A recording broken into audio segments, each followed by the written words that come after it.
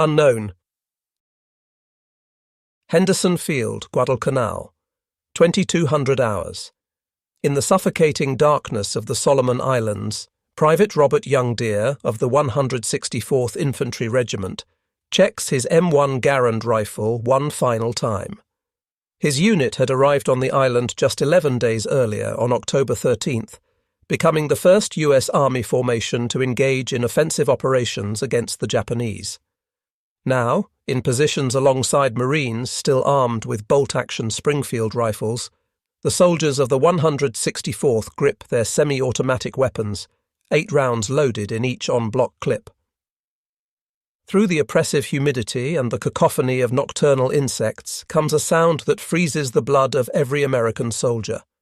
Thousands of Japanese troops beginning their charge, screaming "Banzai" and "Totsugeki" at the top of their lungs. Among the attacking force, Lieutenant Kenji Yamamoto of the 29th Infantry Regiment leads his platoon forward, his Type 38 Arisaka rifle, with its exceptionally long 31.4-inch barrel, proving unwieldy in the dense undergrowth. The 5-round internal magazine has been loaded with 6.5 by 50mm Arisaka rounds, each one requiring him to work the bolt action to chamber, up, back, forward, down. Behind him, some newer troops carry the Type 99 rifle chambered in the more powerful 7.7 by 58mm cartridge, but still bolt action, still limited to 5 rounds before reloading with stripper clips. What happens in the next 12 hours of savage combat will demonstrate why American infantry possessed an overwhelming advantage in firepower that the Japanese never anticipated. The technological gap between the semi-automatic M1 Garand and the bolt-action Arisaka rifles would prove as decisive as any tactical doctrine, revealing how industrial innovation and mass production could determine the outcome of infantry combat in the world's first truly modern war. The battle about to unfold at Henderson Field would showcase a fundamental truth of the Pacific War. While Japanese soldiers displayed extraordinary courage and determination, they were handicapped by rifle technology that belonged to the previous war. The M1 Garand's semi-automatic action, 8-round capacity, and powerful .3006 Springfield cartridge gave American forces a rate of fire and stopping power that Japanese infantry, armed with bolt-action Arisaka rifles, simply could not match. This disparity in small arms capability would be multiplied across thousands of engagements throughout the Pacific theatre, from the steaming jungles of New Guinea to the volcanic ash of Iwo Jima, contributing significantly to the eventual American victory. The M1 Garand emerged from the mind of Canadian-American designer John Cantius Garand, who began work at Springfield Armory in 1919. After 17 years of development, testing and refinement, the US Army officially adopted his design on January 9, 1936, making America the first nation to issue a semi-automatic rifle as standard equipment to its infantry forces. The rifle fired the powerful .3006 Springfield cartridge, launching a 150-grain M2 ball projectile at 2,805 feet per second from its 24-inch barrel, generating 2,656 foot-pounds of muzzle energy. The genius of Garand's design lay in its gas-operated rotating bolt system. A small portion of propellant gas was tapped from a port near the muzzle, driving an operating rod that cycled the action automatically. Each pull of the trigger fired 1 round, with the gas pressure automatically ejecting the spent case and chambering the next round without any manual intervention from the shooter. A trained soldier could accurately fire between 40 and 50 aimed shots per minute, compared to the 15 to 20 rounds per minute achievable with a bolt-action rifle. The 8-round en-bloc clip, inserted from above into the fixed magazine, could be reloaded in under 3 seconds by a practiced rifleman. The development process had not been without challenges. Early prototypes used a primer-actuated system that proved unreliable. The rifle was originally designed for the .276 Pedersen cartridge, but General Douglas MacArthur intervened in 1932, insisting on retention of the .3036 Springfield round to utilize existing ammunition stockpiles. This decision delayed production, but ultimately proved fortuitous, as the powerful .306 cartridge provided excellent long-range performance and stopping power. The Arisaka rifles traced their lineage to Colonel Nariakira Arisaka's original Type 30 design of 1897, developed to replace the inadequate Murata rifles then in service. By World War II, Japanese forces primarily fielded two variants, the Type 38, adopted in 1905, and the Type 99, introduced in 1939, 2599th year of the Japanese calendar. The Type 38 fired the 6.5 by 50 mm semi-rimmed cartridge with a 139-grain bullet at 2,500 feet per second, generating approximately 1,650 foot-pounds of muzzle energy. The Type 99 used the more powerful 7.7 by 58 mm cartridge, firing a 182-grain bullet at 2,400 feet per second, with 2,300 foot-pounds of energy. Both Arisaka variants were bolt-action rifles with 5-round internal magazines, loaded via 5-round stripper clips. The Type 38's exceptional 31.4-inch barrel length made it one of the longest infantry rifles ever fielded, contributing to excellent long-range accuracy, but proving extremely cumbersome in jungle combat, where engagement distances rarely exceeded 100 yards. The Type 99, with its shorter 25.9-inch barrel, was more manageable, but arrived too late to fully replace the Type 38 in service. The Arisaka action itself was remarkably strong. Post-war testing proved it stronger than the American Springfield, British Lee Enfield, or German Mauser actions. The rifles featured an innovative safety mechanism that could be operated silently, and the bolt design incorporated a gas escape system to protect the shooter in case of a ruptured cartridge case. However, these engineering achievements could not overcome the fundamental limitation of manual bolt operation in an era of increasing firepower. The industrial disparity between America and Japan became starkly apparent in rifle production figures.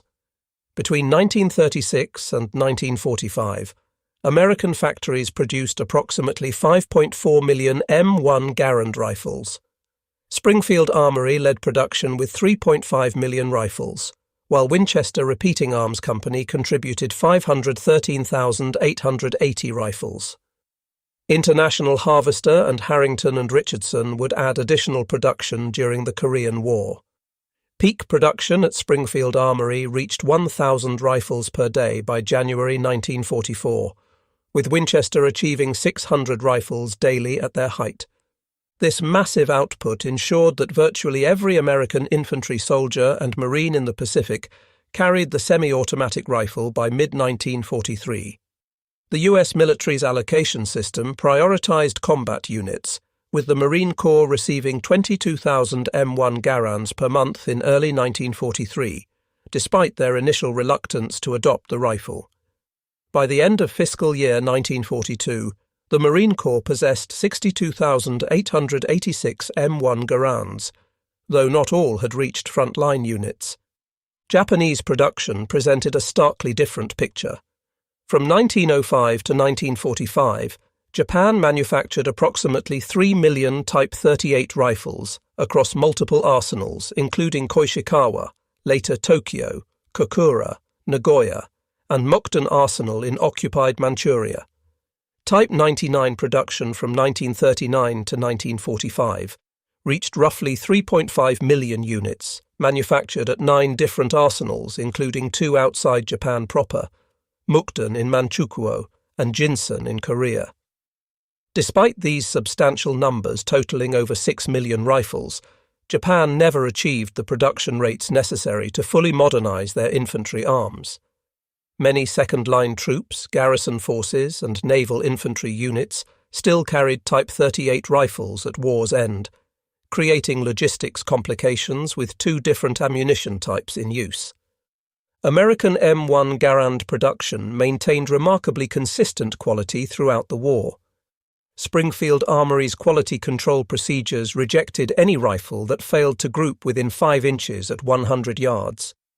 Interchangeability of parts between rifles from different manufacturers was strictly enforced through detailed specifications and gauging requirements. A damaged M1 Garand could be repaired in the field using parts salvaged from other rifles, regardless of manufacturer. The adoption of improved heat treatment processes in 1942 actually increased receiver strength over pre-war production. The finishes evolved for practicality rather than economy. The switch from blued steel to parkerizing improved corrosion resistance in tropical environments. Walnut stocks gave way to birch and other hardwoods due to walnut shortages, but functionality never suffered. Late-war simplifications included stamped trigger guards replacing milled ones, but these changes were thoroughly tested to ensure reliability. Japanese manufacturing quality, conversely, deteriorated markedly as the war progressed. Early Type 99 rifles featured remarkable innovations: chrome-lined barrels, actually the first military rifle with this feature, anti-aircraft sights with folding arms for leading aerial targets, dust covers to protect the action, and integral wire monopods for stability. The finish was a deep blue, and stocks were made from quality Japanese hardwood with precise inletting. By 1944, these refinements had vanished under production pressure and material shortages. Last-ditch rifles exhibited rough machining marks, simplified fixed rear sights to eliminate the complex ladder sight, wooden butt plates replacing metal, and inferior wood with poor fitting. Some final production rifles lacked even basic finishing, with visible tool marks on all metal surfaces. The chrome lining disappeared as chromium became scarce, monopods were eliminated, and even the imperial chrysanthemum marking became crudely stamped rather than precisely rolled. The M1 Garand's semi-automatic action provided multiple tactical advantages beyond simple rate of fire. After each shot, the soldier maintained his sight picture and cheek weld, while the rifle automatically cycled. This meant faster target reacquisition and more accurate follow-up shots. The operating rod, driven by gas pressure tapped near the muzzle, cycled with sufficient force to function reliably even when fouled with mud, sand, volcanic ash, or carbon build-up from extended firing. The N-block clip system, while sometimes criticized for its distinctive ejection ping that allegedly alerted enemies the rifle was empty, actually provided the fastest reload of any contemporary military rifle. A trained soldier could reload in under 3 seconds, versus 5 to 7 seconds for a skilled user working with stripper clips on a bolt-action rifle. The clip ejection also provided immediate tactile and audible confirmation that the rifle was empty, preventing the confusion that could occur with rifles that didn't indicate an empty magazine. The M1's weight of 9.5 pounds, while heavy by modern standards, helped manage the substantial recoil of the .3006 cartridge, enabling rapid, accurate follow-up shots. The rifle's length of 43.6 inches was well balanced, with weight distributed between the heavy barrel and solid wood stock. The two-stage military trigger, while not match-grade, provided consistent performance that soldiers could master with training. The Arisaka rifles, despite their robust construction and theoretical accuracy, suffered from inherent limitations of bolt-action operation that became critical in Pacific combat. After each shot, the soldier had to manually cycle the bolt through 4 distinct movements, rotating the bolt handle upward, pulling it fully rearward to extract and eject the spent case, pushing it forward to strip a fresh round from the magazine and chamber it, then rotating the handle down to lock. This process broke the shooter's firing position, disrupted sight alignment, and required 2 to 3 seconds even for a well-trained soldier. The Type 38's extreme length of 50.3 inches made it particularly unsuitable for jungle warfare. Japanese soldiers found the rifle catching on vines, difficult to swing onto targets in dense vegetation, and nearly impossible to use effectively in bunkers or fortified positions. The long barrel, while providing excellent long-range accuracy with minimal bullet drop, was a liability when combat ranges rarely exceeded 100 yards and often occurred at conversational distances. The 5-round magazine capacity meant Japanese soldiers had to reload 60% more often than Americans to fire the same number of rounds. Loading via stripper clips required opening the bolt, positioning the clip correctly, pressing the rounds down into the magazine while withdrawing the clip, then closing the bolt, a process taking 5 to 7 seconds under ideal conditions and much longer under combat stress or in awkward firing positions. The .30-06 Springfield cartridge used by the M1 Garand was already standard throughout the US military for the M1903 Springfield rifle, M1917 Browning machine gun, M1919 Browning machine gun, and Browning automatic rifle. This commonality simplified logistics immensely. A single ammunition type could supply rifles, automatic rifles, and machine guns.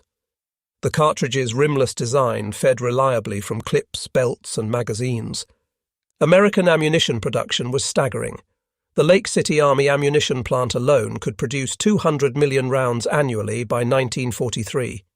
Frankfurt Arsenal, Denver Ordnance Plant, and other facilities added hundreds of millions more rounds. Quality control ensured consistent ballistics. M2 ball ammunition maintained a velocity variation of less than 40 feet per second between lots. Japanese forces faced a more complex ammunition situation. Units equipped with Type 38 rifles required 6.5 by 50 mm semi-rimmed ammunition, while those with Type 99s needed 7.7 by 58 mm rounds. The 6.5 mm round, while generating less recoil and allowing soldiers to carry more ammunition, proved inadequate against covered positions and lacked stopping power. The 7.7 mm round addressed these deficiencies but created a dual supply requirement.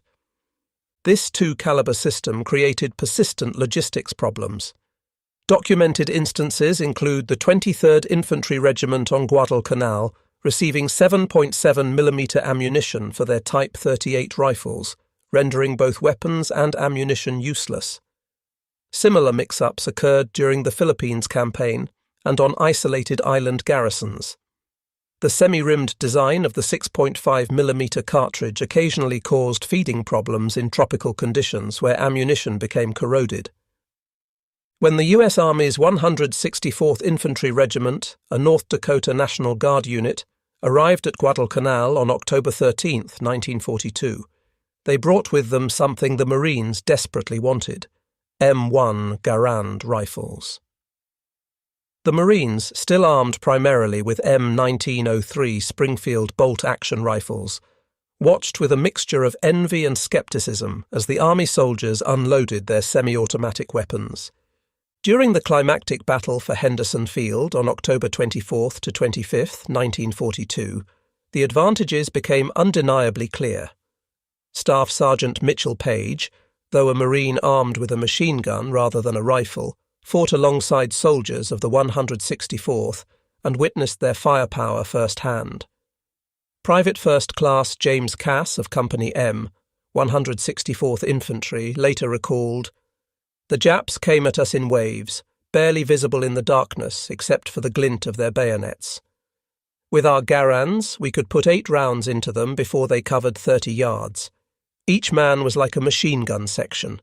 We'd fire, the rifle would cycle itself, and we'd fire again. No working a bolt, no breaking our sight picture. Just squeeze, boom, 8 times before reloading." The 164th companies were fed into the line piecemeal as the Japanese attack developed, reinforcing Marine positions that were beginning to buckle. The devastating semi-automatic fire from the fresh Army troops helped stabilize the line. Colonel Bryant Moore, commanding the 164th, reported that his men expended over 250,000 rounds of 30-caliber .06 ammunition in the 2-day battle. Japanese bodies stacked up in front of positions held by the 164th, many killed by the rapid, accurate fire of M1 Garands. Marine Private Robert Leckie, who would later write the memoir Helmet for My Pillow, observed the Army troops in action. "We thought they were green, these dog faces with their newfangled rifles. But when the Japs charged, those Garands spoke with a voice we'd never heard before. It was like a continuous roar, not the sporadic crack-crack of our Springfields. Sergeant Masao Watanabe of the 29th Infantry Regiment, 2nd Division Sendai, survived the October offensive at Guadalcanal. In his post-war memoir discovered in Japanese military archives, he wrote, "We were told the Americans were soft, that our Yamato spirit would overcome their material advantages. Our officers assured us that one Japanese soldier was worth 10 Americans. But when we charged their lines that October night, it was like running into a wall of lead. Every American soldier seemed to have an automatic weapon. Our Arisaka rifles, which we operated the same way our fathers had in the Russo-Japanese War, felt like antiques. We would fire once, work the bolt while taking cover, then fire again. In that same time, the Americans had already fired 4 or 5 rounds." Watanabe noted that Japanese tactics, developed against Chinese forces, often armed with older weapons or limited ammunition, proved suicidal against American firepower. The banzai charge that had scattered Chinese conscripts melted away before American rifles that never seemed to stop firing. We could not get close enough to use our bayonets. Our supposed advantage in spirit and close combat meant nothing when we were shot down 50 meters from their lines. Lieutenant Hiroshi Takahashi of the 230th Infantry Regiment provided another perspective in a letter found on his body. "The American automatic rifles are devastating. Each soldier can fire as fast as our light machine guns. When we advance, it sounds like we are attacking a position defended entirely by machine guns. Our men fall before they can work their rifle bolts for a second shot." At Cape Gloucester in December 1943, Marines of the 1st Marine Division, now fully equipped with M1 Garands after their earlier experience on Guadalcanal, landed in torrential rain on New Britain. Private First Class Eugene Sledge, author of With the Old Breed, later wrote about the M1's performance in the horrific conditions. That Garand was the most reliable piece of equipment we had. In rain that came down like waterfalls, in mud that sucked at you like quicksand, that rifle kept firing. The Japs with their bolt actions couldn't match our rate of fire. When they'd try to set up positions in the jungle, we could put so much lead into the trees that leaves would fall like rain. Marine Sergeant John Basilone, who would earn the Medal of Honor on Guadalcanal primarily for his actions with machine guns, also carried an M1 Garand as his personal weapon. He noted, "The Garand gave every Marine the firepower of 3 men with bolt-action rifles.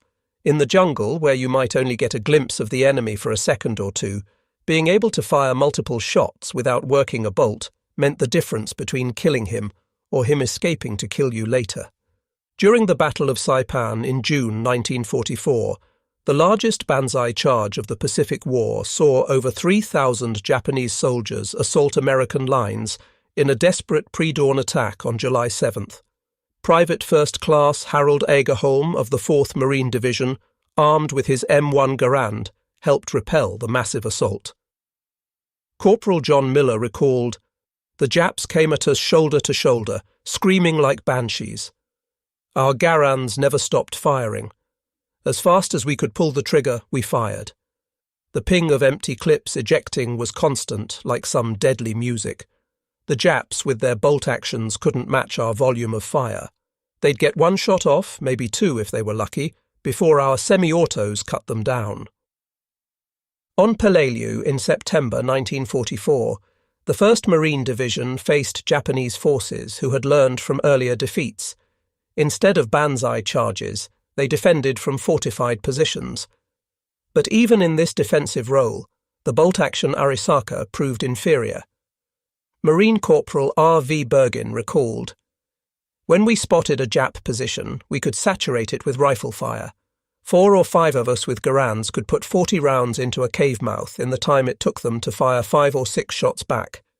We'd keep their heads down while other Marines manoeuvred with flamethrowers or demolitions." American training doctrine for the M1 Garand emphasized exploiting the rifle's semi-automatic capability while maintaining accuracy.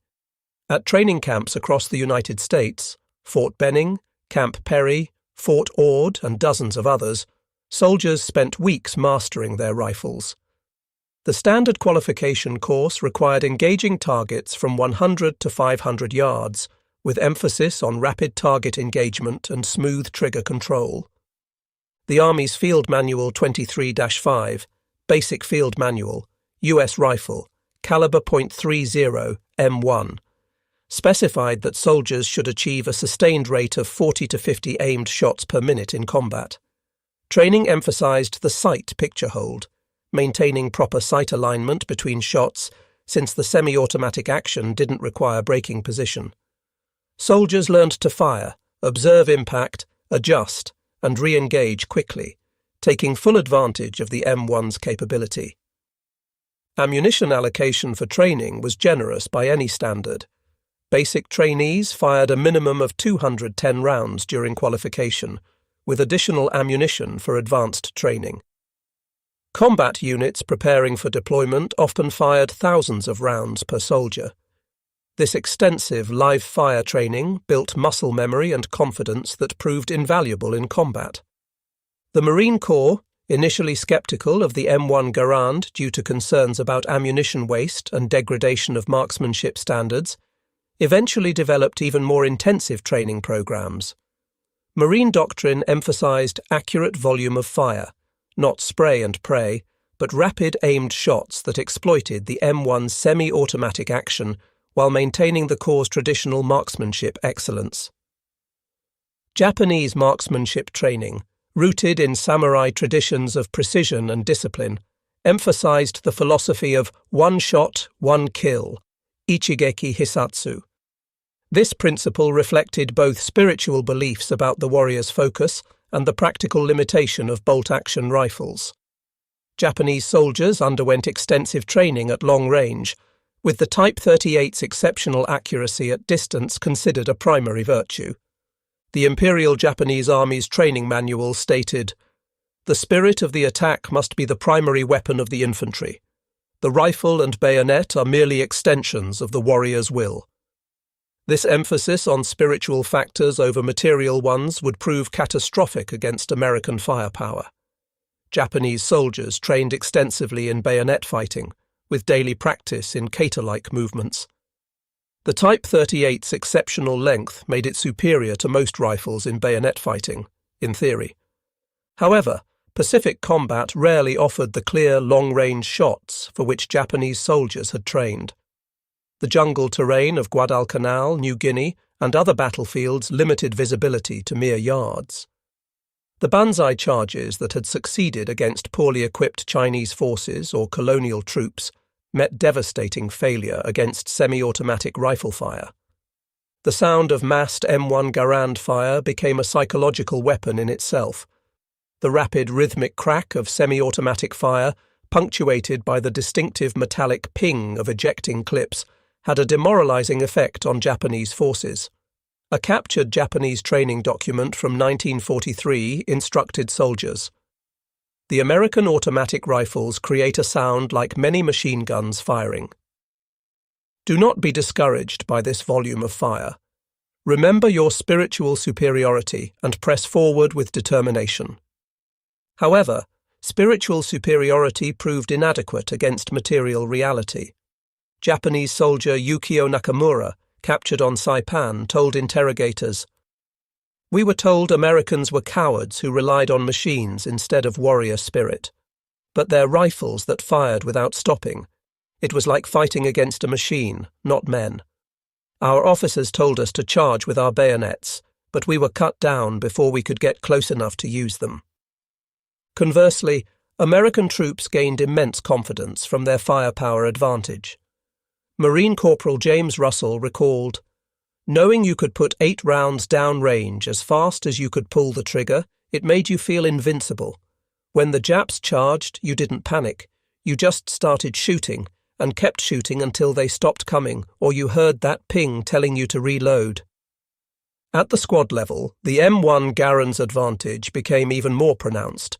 An American rifle squad of 12 men, armed with 10 M1 Garands and 2 Browning automatic rifles, could deliver 400 to 500 aimed rounds per minute in sustained fire. A comparable Japanese squad with Arisaka rifles, might manage 150 to 180 rounds per minute, assuming well-trained soldiers managing maximum bolt action speed. This disparity fundamentally altered small unit tactics. American squads could effectively conduct fire and maneuver, with one fire team laying down suppressive fire while another advanced. The volume of accurate semi-automatic fire could keep enemy heads down, allowing American forces to close with and destroy Japanese positions. Japanese squads, limited by their bolt-action rifles, struggled to generate sufficient suppressive fire while maintaining mobility. At company level, typically 200 men, the difference became overwhelming. An American rifle company could deliver devastating defensive fire against Japanese attacks. During the October 24th to 25th Battle for Henderson Field, companies of the 164th Infantry Regiment demonstrated this capability. Company G, 164th Infantry, reported expending 30,000 rounds of 30-06 ammunition in one night of fighting, an average of 150 rounds per man, while suffering only light casualties. The mathematics were inexorable. A Japanese battalion of 800 men conducting a banzai charge faced American companies capable of putting 8,000 aimed rounds downrange per minute. Even accounting for darkness, confusion, and fear, the volume of semi-automatic fire created kill zones that human courage alone could not overcome. The M1 Garand's superiority contributed directly to the success of American island hopping strategy. American forces could land on Japanese-held islands confident in their ability to establish and hold beachheads against counterattacks. The firepower of M1-equipped infantry meant smaller forces could hold larger perimeters, allowing rapid build-up of forces for breakout operations. On island after island, Tarawa, Kwajalein, Eniwetok, Saipan, Guam, Peleliu, Iwo Jima, Okinawa, the pattern repeated. Japanese forces, unable to match American firepower, resorted to increasingly desperate tactics. Banzai charges gave way to defense in depth, but even in fortified positions, the slow rate of fire from bolt-action rifles meant Japanese soldiers could rarely exploit opportunities when Americans exposed themselves during assault. The Japanese military's retention of bolt-action rifles stemmed significantly from their victory in the Russo-Japanese War of 1904 to 1905. In that conflict, Japanese infantry armed with Type 30 and Type 35 Arisaka rifles had defeated Russian forces through superior training, discipline, and tactical innovation. The Battle of Mukden and the Siege of Port Arthur seemed to validate the supremacy of Japanese warrior spirit over material factors. This success, however, created institutional blindness to technological change. The Japanese military establishment, dominated by officers who revered the Russo-Japanese War as Japan's coming of age as a great power, failed to recognize that warfare had fundamentally changed. World War I had demonstrated the dominance of firepower over elan, but Japan, not having participated significantly in that conflict, failed to internalize its lessons. The American adoption of the M1 Garand reflected hard-learned lessons from World War I. General John J. Pershing, commander of the American Expeditionary Force, had witnessed the devastating effect of automatic weapons in France. In 1918, he specifically called for development of a semi-automatic rifle, stating, "The soldier who can deliver the most accurate fire in the shortest time will dominate the battlefield of the future." This requirement launched the development process that would culminate in the M1 Garand. The United States spent nearly 2 decades perfecting the design, conducting extensive trials, and building the industrial infrastructure for mass production. By 1936, when the M1 was adopted, America had created not just a superior rifle, but an entire system for producing, maintaining, and supplying it. The Japanese did eventually recognize the need for semi-automatic rifles. Development of indigenous designs began in the 1930s, including the Type Co rifle designed by Kijiro Nambu and several gas-operated prototypes. However, these efforts received low priority, with resources directed toward aircraft, naval vessels, and other programs deemed more critical. Most tellingly, when the Japanese finally attempted to copy the M1 Garand as the Type 4 rifle, often mistakenly called Type 5, they managed to produce only 250-part sets with approximately 100 to 125 rifles actually assembled before war's end. The Type 4 chambered for 7.7mm Japanese ammunition and fed from a 10-round internal magazine loaded with two 5-round stripper clips, proved that Japan understood the M1's advantages but lacked the industrial capacity for mass production. The mathematics of firepower revealed an overwhelming American advantage. The M1 Garand firing M2 ball ammunition delivered 2,656 foot-pounds of energy at the muzzle. With a trained soldier firing 40 rounds per minute, this translated to 106,240 foot-pounds of energy delivered per minute. A bolt-action Type 99 Arisaka, firing the 7.7mm round with 2,300 foot-pounds per shot at a practical rate of 15 rounds per minute, delivered only 34,500 foot-pounds per minute, less than one-third the M1's energy output. The 30.06 Springfield's trajectory, while having more drop than the 6.5mm Arisaka at extreme range, proved superior at typical Pacific combat distances. At 300 yards, an unusually long engagement distance in jungle warfare, the .306 dropped 13.5 inches from line of sight while retaining 1,900 foot-pounds of energy, sufficient to penetrate multiple layers of jungle vegetation and still incapacitate enemy soldiers. The 6.5mm Arisaka, while dropping only 11 inches at the same range, retained only 1,100 foot-pounds of energy, often insufficient to penetrate cover. U.S. Army ordnance tests conducted at Aberdeen Proving Ground in 1940 quantified the M1's advantage. In controlled trials, soldiers with M1 Garands consistently achieved 24 aimed shots per minute at 200 yards with 90% hits on man-sized targets. Soldiers with M1903 Springfields, functionally identical to Arisaka operation, managed only 10 aimed shots with 85% accuracy. In rapid-fire scenarios simulating response to sudden attack, M1-equipped soldiers could engage 3 separate targets in the time bolt-action users engaged one.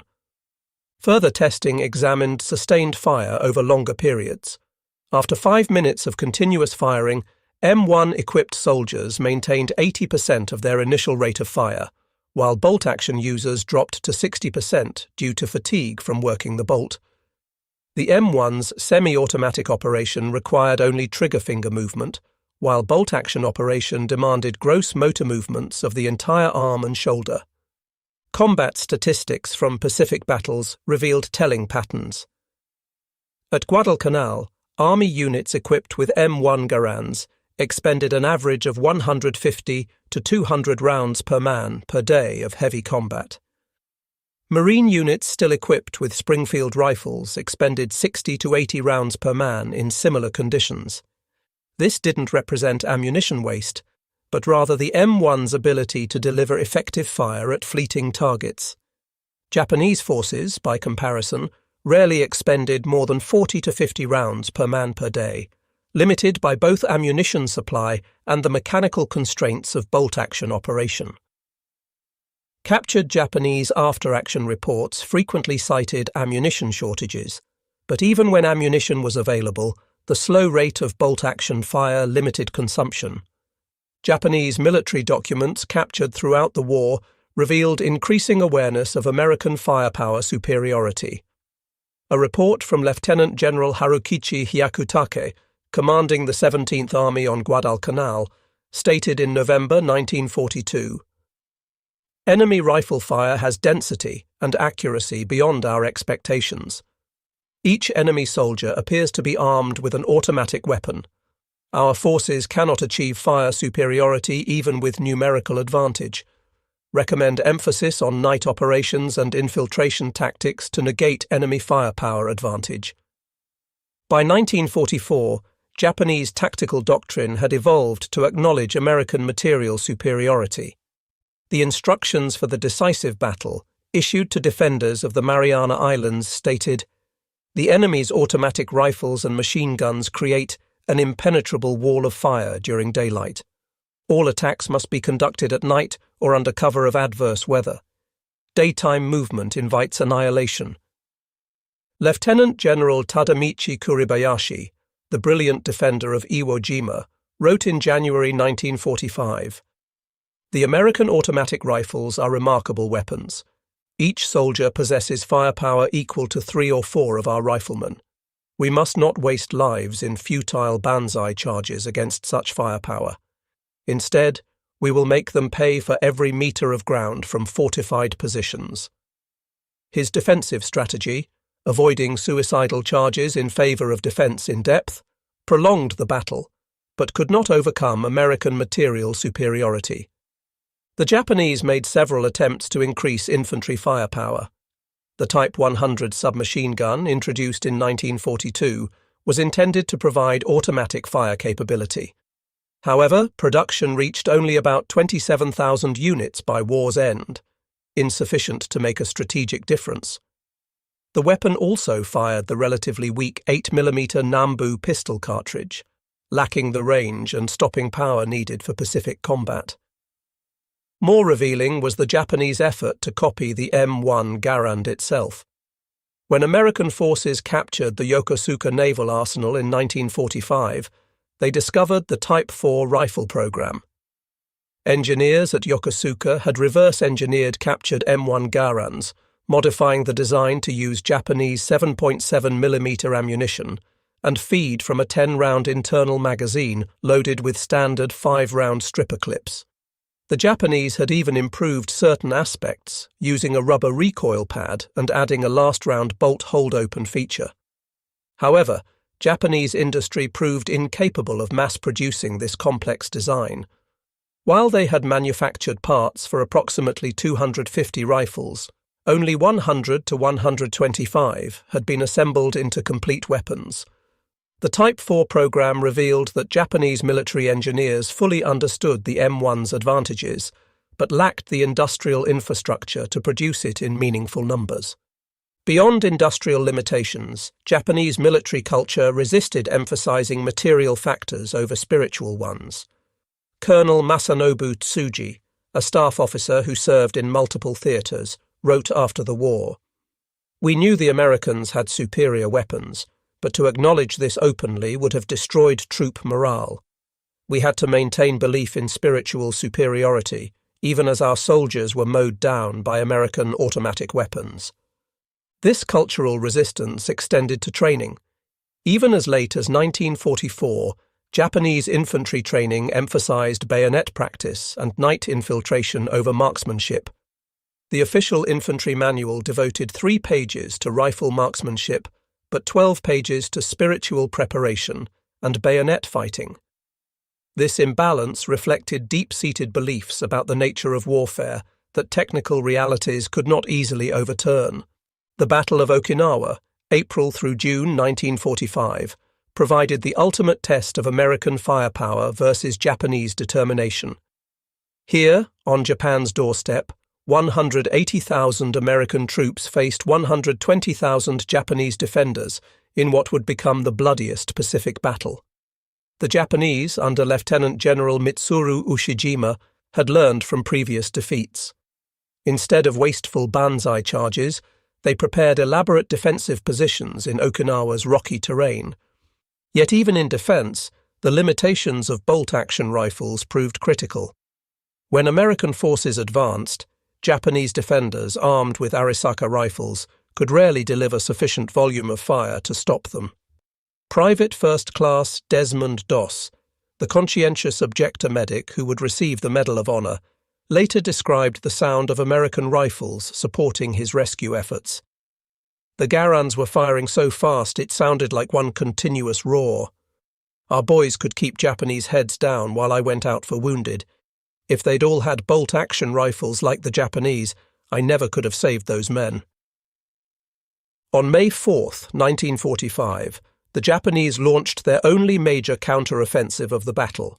5,000 Japanese soldiers attacked American lines in a coordinated assault designed to break through to the American rear areas.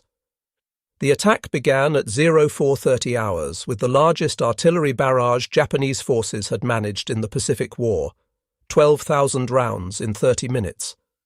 As Japanese infantry emerged from their positions and charged across open ground, they met a wall of American fire. Private First Class Martin Brennan of the 17th Infantry Regiment recalled, "They came at us in waves, but not the wild banzai charges we'd seen before. These were organised attacks with fire support, but our Garands never stopped firing. 8 shots, ping, reload, 8 more shots. The noise was incredible. The Japanese with their bolt actions would fire once, maybe twice, then our semi-auto fire would cut them down." The attack shattered against American firepower with horrific Japanese losses, 4,000 dead versus 714 American casualties. The rapid fire of thousands of M1 Garands, supported by automatic weapons and artillery, created killing fields where Japanese courage could not overcome material disadvantage. Even when Japanese soldiers reached American lines, the close-range firepower advantage of semi-automatic rifles proved decisive. Sergeant William Manchester, who would later become a renowned historian, fought on Okinawa with the 29th Marines. He wrote, "The M1 rifle was our best friend. In the chaos of close combat, being able to fire 8 times without working a bolt saved countless American lives. I saw Japanese soldiers trying to work their bolt actions while under fire, their hands shaking, fumbling with the mechanism while our boys simply kept pulling triggers." Planning for Operation Downfall, the invasion of Japan scheduled to begin with Operation Olympic in November 1945, assumed the M1 Garand would play a crucial role.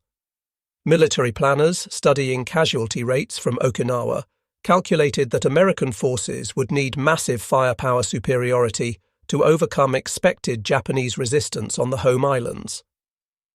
Production plans called for 500,000 replacement M1 rifles for the operation, with Springfield Armory and Winchester increasing production to a combined 2,000 rifles daily by August 1945. International Harvester was scheduled to begin production at a third facility. The ammunition requirement was staggering. Planners estimated needing 100 million rounds of .306 monthly for rifle use alone, testimony to the volume of fire expected from M1-equipped troops. Intelligence estimates suggested Japanese homeland defense would include 2.5 million Arisaka rifles in military hands, plus millions more distributed to civilian militia units. However, many of these were training rifles, obsolete models, or last-ditch single-shot weapons. The Type 99 substitute standard rifles being produced in 1945 were so crude that American intelligence questioned their safety for the user. American planners calculated that each invasion beach would require suppression of Japanese positions by naval gunfire and aerial bombardment, followed by assault troops whose M1 Garands would provide the volume of fire needed to overcome defenders. Studies of Pacific battles showed that American forces with semi-automatic rifles suffered 40% fewer casualties than projected for troops armed with bolt-action rifles in similar situations. The Japanese, recognizing their firepower disadvantage, planned to rely on suicide tactics, using civilians as human shields, and close-quarters combat in urban areas where rifle advantages would be minimized. Secret Japanese plans discovered after the war revealed desperate measures: bamboo spears for civilians, suicide swimmers with explosive charges, and even programs to spread biological weapons. The Arisaka rifle, once the pride of the Imperial Army, had been relegated to just one component of a desperate defense. The atomic bombings of Hiroshima and Nagasaki ended the war before Operation Downfall commenced. Post-war analysis suggested American casualties could have reached 500,000 to 1 million, with Japanese casualties in the millions. The M1 Garand's firepower advantage would have been crucial, but at a terrible cost in lives on both sides. The M1 Garand's success influenced military rifle development worldwide. The Soviet Union, which had struggled with limited production of its SVT-40 semi-automatic rifle during World War II, developed the SKS carbine directly influenced by captured M1 Garands. China's Type 56 carbine was essentially a copy of the Soviet SKS. France developed the MAS-49, taking lessons from both the M1 Garand and their own pre-war semi-automatic experiments. Even Britain, traditionally conservative in small arms adoption and satisfied with their Lee-Enfield rifles during the war, began developing semi-automatic rifles immediately post-war. The Belgian FN-49, the Swiss Stu-57, and the Italian BM-59 all reflected lessons learned from America's semi-automatic success in World War II. The M1 Garand continued serving through the Korean War, where it again proved superior to bolt-action rifles used by Chinese and North Korean forces in the early stages of that conflict. American forces in Korea, armed with M1 Garands and supported by automatic weapons, repeatedly stopped massive Chinese human wave attacks reminiscent of Japanese banzai charges. The rifle served until gradually replaced by the M14 in the late 1950s and early 1960s. In a remarkable historical irony, the United States equipped the newly formed Japanese self-defense forces with M1 Garand rifles in the 1950s. Japanese soldiers who had faced the weapon now trained with it, experiencing firsthand the firepower advantage their predecessors had faced. The JSDF received approximately 150,000 M1 Garands through American military assistance programs. Japanese veterans interviewed in the 1960s consistently cited American firepower, particularly the M1 Garand, as a decisive factor in their defeat. Saburo Sakai, Japan's leading surviving fighter ace, stated, "We could match American courage, we could match American tactics, but we could never match American firepower. Every GI with his automatic rifle was worth 3 of our soldiers." Today, both the M1 Garand and Arisaka rifles are highly sought after by collectors, though for different reasons. The civilian marksmanship program has sold over 500,000 surplus M1 Garands to American citizens since its inception, making it one of the most common military collectibles. The rifle's distinctive ping has become iconic in popular culture, featured in countless war films, television shows, and video games. The M1's reputation as the greatest battle implement ever devised, General Patton's famous assessment, remains unchallenged among World War II infantry weapons. Modern shooting competitions still feature M1 Garand matches, with the rifle proving remarkably accurate even by contemporary standards. Japanese Arisaka rifles, particularly those with intact imperial chrysanthemum markings, are prized collectibles.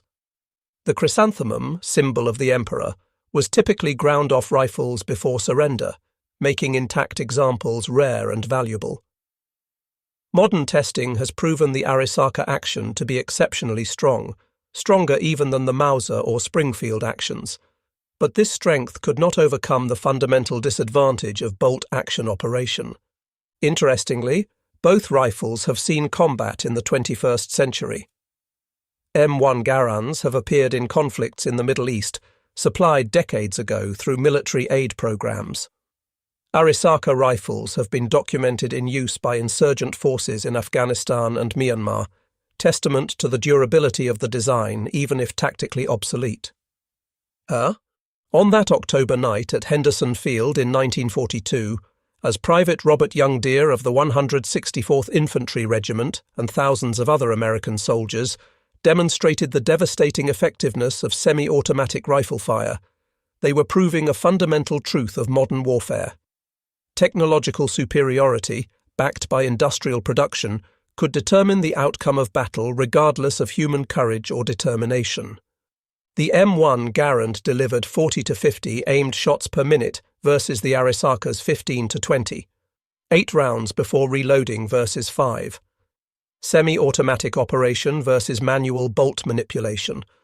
Weight of fire that could stop a banzai charge in its tracks versus single shots that required breaking sight picture to chamber the next round.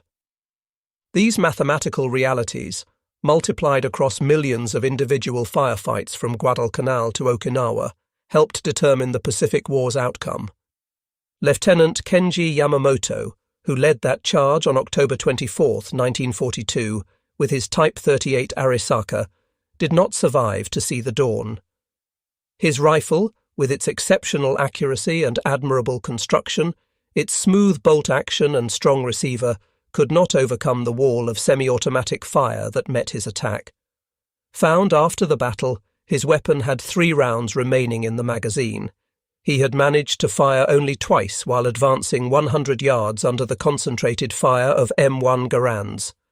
Around him lay dozens of his soldiers, most with full or nearly full magazines in their Arisakas, having been cut down before they could effectively return fire. The story of the M1 Garand versus the Arisaka rifles ultimately tells a larger truth about World War II in the Pacific, that courage and determination, while admirable and necessary, could not overcome the arithmetic of firepower. The United States had produced 5.4 million M1 Garands by war's end, ensuring that virtually every American rifleman possessed semi-automatic firepower. Japan, despite producing over 6.5 million rifles total, never escaped the technological constraints of bolt-action operation, never could match the volume of aimed fire that semi-automatic rifles produced. General George S. Patton's assessment of the M1 Garand as the greatest battle implement ever devised was not hyperbole, but mathematical fact. From the steaming jungles of Guadalcanal, where the rifle first proved its worth in American Army hands, to the volcanic ash of Iwo Jima, where Marines used it to break Japanese strongpoints, from the monsoon-soaked horror of Cape Gloucester to the desperate urban combat anticipated for Japan itself, the M1 Garand proved itself as more than just a rifle. It was a war-winning weapon that gave American forces a decisive edge in the most brutal theatre of the world's most terrible war. The distinctive ping of an ejecting en bloc clip became the sound of American victory in the Pacific, a sound that meant 8 enemy soldiers would never reach American lines, a sound that meant another Japanese position had been suppressed, another island secured, another step taken toward Tokyo Bay.